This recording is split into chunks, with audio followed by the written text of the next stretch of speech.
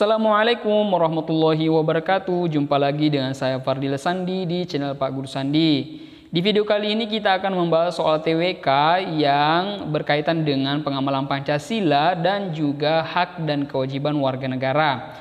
Pada video-video sebelumnya saya sudah jelaskan bahwa tips untuk mengerjakan pengamalan Pancasila itu kalian harus hafal butir-butir dan contoh-contoh yang terdapat pada pengamalan Pancasila. Kalau untuk hak dan kewajiban warga negara, kalian bisa dapatkan di internet, dan jika misalnya kalian seorang guru honorer, kalian bisa dapatkan di perpustakaan dengan mencari materinya di mata pelajaran PKN. Di situ lengkap tentang hak dan kewajiban warga negara.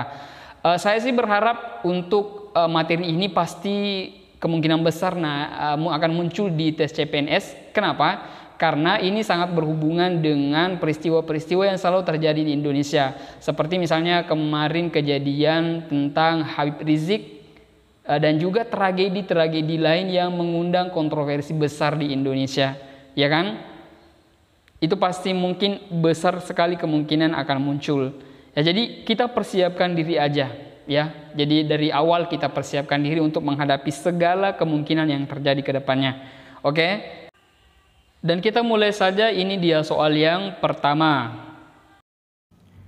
Anda tentunya pernah melihat para anak jalanan sedang mengameng di perempatan jalan dan ada pengendara yang berbuat kasar dan memukuli pengamen dan pengemis tersebut karena dianggap mengganggu.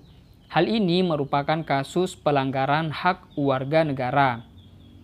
Anak jalanan dan pengemis merupakan salah satu golongan warga negara yang kurang beruntung karena tidak bisa mendapatkan haknya secara utuh. Kondisi yang mereka alami salah satunya disebabkan oleh terjadinya pelanggaran terhadap hak mereka sebagai warga negara. Misalnya, pelanggaran terhadap hak mereka untuk mendapatkan pendidikan gratis sehingga mereka menjadi putus sekolah dan akibatnya mereka menjadi anak jalanan. Kondisi yang dialami anak-anak pengemis dan pengamen terhadap pemerintah telah melanggar pengamalan sila. A sila 1, B sila 2, C sila 3, D sila 4, dan E sila 5. Ya, jadi saya ceritakan dulu. Ini terdapat dua kasus dalam soal ini. Sekarang perhatikan pada paragraf pertama, itu kasusnya adalah pengendara yang berbuat kasar dan memukuli pengamen dan pengemis tersebut karena dianggap mengganggu. Jadi ini perilakunya pengendara yang memukuli pengamen karena pengamen itu dianggap mengganggu. Sedangkan dalam soal itu kondisi yang dialami anak-anak pengemis dan pengamen kan terhadap pemerintah. Jadi pada paragraf pertama itu tidak ada hubungan karena pengendara dengan pengamen.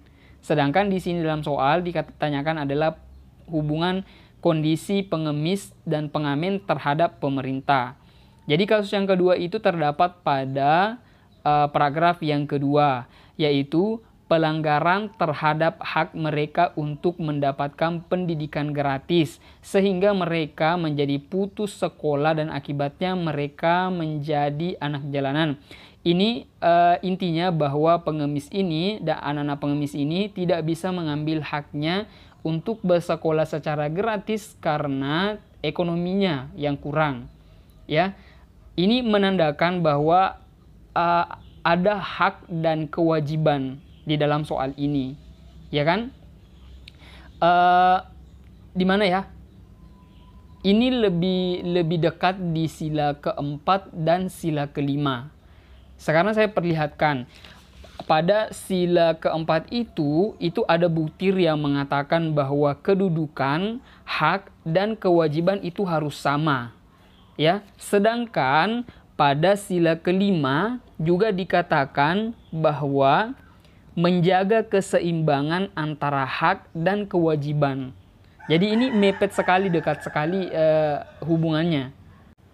Tapi bila kita simak baik-baik soalnya, ini pengamen dia tidak bisa mengambil haknya untuk bersekolah karena tuntutan ekonomi. Sedangkan ada anak-anak yang bisa mendapatkan haknya bersekolah secara gratis karena ekonominya mampu. Ini menandakan bahwa ada dua kedudukan yang berbeda, ya kan, antara pengemis dan yang tidak bisa sekolah dengan anak-anak yang bisa sekolah mendapat haknya. Padahal kedua anak ini memiliki hak yang sama, yaitu mendapatkan sekolah gratis. Ya, pemerintah kan memang sudah menyiapkan sekolah gratis, tapi ada kedudukan yang berbeda antara pengemis dengan anak-anak yang sekolah karena ekonominya mampu. Ya kan? Berarti ada perbedaan antara kedudukan. Jadi ini lebih dekat ke sila keempat, yaitu kedudukan, hak dan kewajiban yang seimbang, yang sama. Ya kan? Termasuk pendidikan. Ya kan? Jadi kalau menurut saya dan teman-teman saya, ini soal HOTS ya, lebih condong ke sila keempat. Ya. Tapi mungkin kita berbeda pendapat. Mungkin teman-teman ada pendapat lain. Jika kalian berbeda pendapat dengan kami, silakan isi kolom komentar di bawah sesuai dengan beserta dengan penjelasannya. Nanti kita balas ya. Sebelum saya lanjut, kembali saya ingatkan bahwa channel ini sudah menyiapkan hampir 500 video yang akan diupload setiap hari. Jadi bagi kamu yang mau gabung, silakan tekan tombol subscribe dan aktifkan loncengnya agar kamu mendapatkan pemberitahuan setiap channel ini mengupload video. Sebenarnya soal ini sudah diupload di grup Telegram saya, dan banyak yang merasa ini kok tidak sama dengan pendapat saya. Akhirnya video ini dibuat. Jadi bagi kamu yang mau gabung di grup Telegram saya, silahkan klik link yang ada pada deskripsi video. Terima kasih. Kita lanjut soal kedua.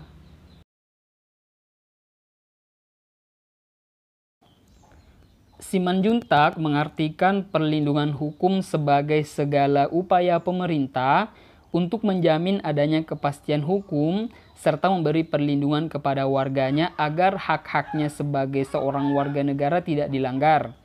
Dan bagi yang melanggarnya akan dapat dikenakan sanksi sesuai dengan peraturan yang berlaku. Dengan demikian, suatu perlindungan dapat dikatakan sebagai perlindungan hukum apabila mengandung unsur-unsur sebagai berikut. Jadi, inti dari soal ini adalah pemerintah memberikan perlindungan hukum untuk menjamin adanya kepastian hukum bagi setiap warga negaranya. Dan apabila ada yang melanggar tentang hak-hak warga negara akan dikenakan sanksi. Jadi di pertanyaannya ini adalah perlindungan hukum dapat dikatakan sebagai perlindungan hukum apabila mengandung unsur-unsur. Jadi yang termasuk unsur-unsur perlindungan hukum di dalam soal ini, ya kan? Itu inti dari pertanyaannya. Kecuali berarti dalam kelima opsi ini ada salah satu yang bukan unsur-unsur perlindungan hukum. Sekarang kita baca sama-sama. Bagian A, adanya perlindungan dari pemerintah kepada warganya. Jadi intinya warganya dilindungi oleh pemerintah dengan perlindungan hukum. Apakah ini termasuk dari unsur-unsur perlindungan hukum? Termasuk. Bagian B, menjamin kepastian hukum dan berkaitan dengan hak-hak warga negara. Jadi pemerintah memberikan jaminan kepastian hukum kepada hak-hak warga negara. Apakah ini termasuk sebagai unsur-unsur perlindungan hukum? Termasuk ya. Bagian C, melindungi setiap warga negara dengan alasan apapun. Apakah sebagai contohnya sebagai kasus yang paling besar di Indonesia itu adalah korupsi. Koruptor yang dilakukan oleh pejabat-pejabat negara.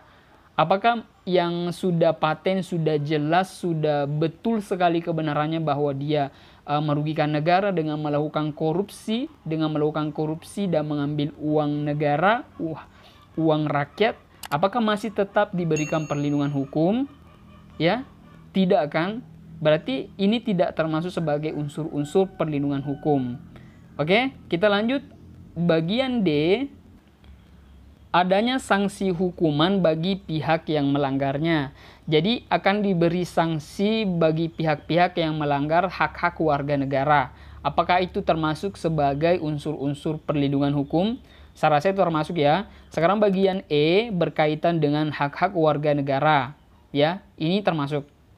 Jadi dari kelima opsi ini yang tidak termasuk sebagai unsur-unsur perlindungan hukum itu terdapat pada opsi C, melindungi setiap warga negara dengan alasan apapun. Ya, jadi masa kita mau lindungi warga negara jika alasannya jelas melanggar hak-hak warga negara di Indonesia. Ya kan? Jadi tidak perlu kita melindungi. Itu intinya. Oke? Paham sampai sini ya? Jika kamu berbeda pendapat dengan saya, silakan isi kolom komentar di bawah. Soal selanjutnya. Berikut ini upaya pencegahan dapat dilakukan untuk mengatasi berbagai kasus pelanggaran hak dan pengingkaran kewajiban warga negara kecuali. Jadi istilahnya dalam soal ini dikatakan bahwa upaya pemerintah untuk melakukan pencegahan terhadap kasus pelanggaran hak dan kewajiban warga negara. Kecuali, berarti dalam kelima opsi ini ada satu di antaranya bukan upaya pencegahan yang dilakukan oleh pemerintah untuk kasus pelanggaran hak dan pengingkaran kewajiban warga negara. Oke, yang pertama A. Supremasi hukum. Jadi supremasi hukum itu adalah ketetapan hukum seperti undang-undang, artinya jelas. Ya, itu dimaksud dengan supremasi hukum. Supremasi hukum dan demokrasi harus ditegakkan, titik. Pendekatan hukum dan pendekatan dialogis harus dikemukakan dalam rangka melibatkan partisipasi masyarakat dalam kehidupan berbangsa dan bernegara. Jadi harus dilibatkan masyarakat dalam kehidupan berbangsa dan bernegara. Apakah supremasi hukum ini termasuk salah satu pencegahan? Termasuk ya, artinya ketetapan hukum ditetapkan untuk mencegah kasus pelanggaran hak dan pengingkaran kewajiban warga negara. Oke, termasuk bagian B, mengoptimalkan peran lembaga-lembaga selain lembaga tinggi negara yang berwenang dalam penegakan hukum dan kewajiban warga negara seperti KPK, Lembaga Ombudsman Republik Indonesia, Komnas HAM, KPAI, dan Komnas Perempuan. Jadi, istilahnya pemerintah ini mengikut sertakan lembaga-lembaga selain dari lembaga tinggi negara seperti KPK, Ombudsman Republik Indonesia, Komnas HAM, KPAI, dan Komnas Perempuan yang berwenang dan masih tersangkut paut dengan penegakan hak dan kewajiban warga negara. Jadi mereka melibatkan lembaga ini untuk mencegah kasus pelanggaran hak dan pengingkaran warga negara. Apakah ini termasuk upayanya? Termasuk. Bagian C, meningkatkan kualitas pelayanan publik untuk mencegah terjadinya berbagai bentuk pelanggaran hak dan pengingkaran kewajiban warga negara oleh pemerintah. Jadi istilah di sini pemerintah meningkatkan kualitas pelayanan publiknya seperti kesehatan, pengurusan KTP, dan berkas-berkas tanah untuk mencegah terjadinya pelanggaran hak dan pengingkaran kewajiban warga negara. Ya kan? Jadi sudah jelas ya, pemerintah meningkatkan pelayanan publik untuk mencegah pelanggaran hak, ya kan? Apakah ini termasuk? Termasuk. Sekarang selanjutnya, meningkatkan pengawasan dari masyarakat dan lembaga-lembaga politik terhadap setiap upaya penegakan hak dan kewajiban warga negara. Jadi pemerintah ini meningkatkan juga pengawasan terhadap masyarakat dan juga lembaga-lembaga politik agar mereka tidak melakukan pelanggaran. Apakah ini termasuk upaya untuk pencegahan? Termasuk ya. Selanjutnya, meningkatkan penyempitan prinsip kesadaran bernegara kepada masyarakat melalui lembaga pendidikan formal maupun non-formal. Jadi, pemerintah meningkatkan penyempitan. Jadi, menyempitkan prinsip-prinsip kesadaran bernegara kepada masyarakat melalui lembaga pendidikan dan non pendidikan ya. Jadi masa pemerintah mau menyempitkan prinsip-prinsip kesadaran bernegara kepada masyarakat melalui lembaga pendidikan? Tidak mungkin kan? Berarti apakah itu termasuk upaya pencegahan? Ini bukan termasuk pencegahan, justru memberikan jalan selebar-lebarnya kepada para pelaku pelanggaran hak dan pengingkaran kewajiban warga negara. Jadi sudah sangat jelas yang bukan termasuk upaya pencegahan dalam kasus pelanggaran hak dan pengingkaran kewajiban warga negara itu terdapat pada opsi E. Sudah jelas ya, kita lanjut soal berikutnya. Penegakan hukum merupakan syarat terwujudnya perlindungan hukum. Kepentingan setiap orang akan terlindungi apabila hukum yang mengaturnya dilaksanakan baik oleh masyarakat ataupun aparat penegak hukum. Misalnya, Perlindungan hukum konsumen akan terwujud apabila Undang-Undang Perlindungan Konsumen dilaksanakan. Hak cipta yang dimiliki oleh seseorang juga akan terlindungi apabila ketentuan mengenai hak cipta juga dilaksanakan. Begitu pula dengan kehidupan di sekolah, keluarga, dan masyarakat akan tertib, tentram apabila norma-norma berlaku di lingkungan tersebut dilaksanakan. Sikap pemerintah dengan adanya perlindungan hukum terhadap kegiatan pembajakan VCD termasuk dalam sila A. Sila 1, B. Sila 2, C. Sila 3, D. Sila 4, dan E. Sila 5. Sila 2, Sila 4, dan Sila 5. Jadi mungkin banyak yang bimbang mau pilih yang mana. Jadi saya langsung jelaskan aja. Di dalam kasus soal ini itu adalah sikap pemerintah yang melindungi hukum terhadap kegiatan pembajakan VCD. Pembajakan VCD kan itu termasuk salah satu pelanggaran yang dilakukan oleh sekelompok orang, dan itu dilarang, tidak boleh melakukan pembajakan. Meskipun sebenarnya itu selalu terjadi di Indonesia. Ya, jadi tentang hak cipta itu masih minim di Indonesia. Beda kalau di negara luar, mereka betul-betul ketat tentang hak cipta seseorang. Jadi tentang pembajakan VCD ini itu termasuk melanggar, dan itu terdapat pada sila kelima keadilan sosial bagi seluruh rakyat Indonesia, di mana butir-butirnya itu saya langsung bacakan aja. Suka menghargai hasil karya orang lain yang bermanfaat bagi kemajuan dan kesejahteraan bersama. Jadi dia melanggar hasil karya seseorang yang melakukan pembajakan. Ya, jadi kegiatan pembajakan VCD atau tentang penciplakan hak-hak seseorang itu termasuk pelanggaran pada sila kelima yang butir-butirnya tadi yang saya sebutkan. Jadi ini sudah jelas ya. Terdapat pada opsi E, sila kelima, keadilan sosial bagi seluruh rakyat Indonesia. Itulah tadi 4 soal yang sudah saya jelaskan. Saya rasa mungkin kita beda pendapat ya. Sekali saya sampaikan, jika kita berbeda pendapat silakan isi kolom komentar di bawah, karena ini hanya pendapat saya dan juga teman-teman saya yang lain. Ya, ini termasuk soal HOTS ya. Soal HOTS ini tidak pernah dipost di mana-mana, karena ini baru dirumuskan oleh saya dan teman-teman saya. Ya, jadi bersyukurlah kamu bisa menonton video ini, dan saya ucapkan banyak terima kasih.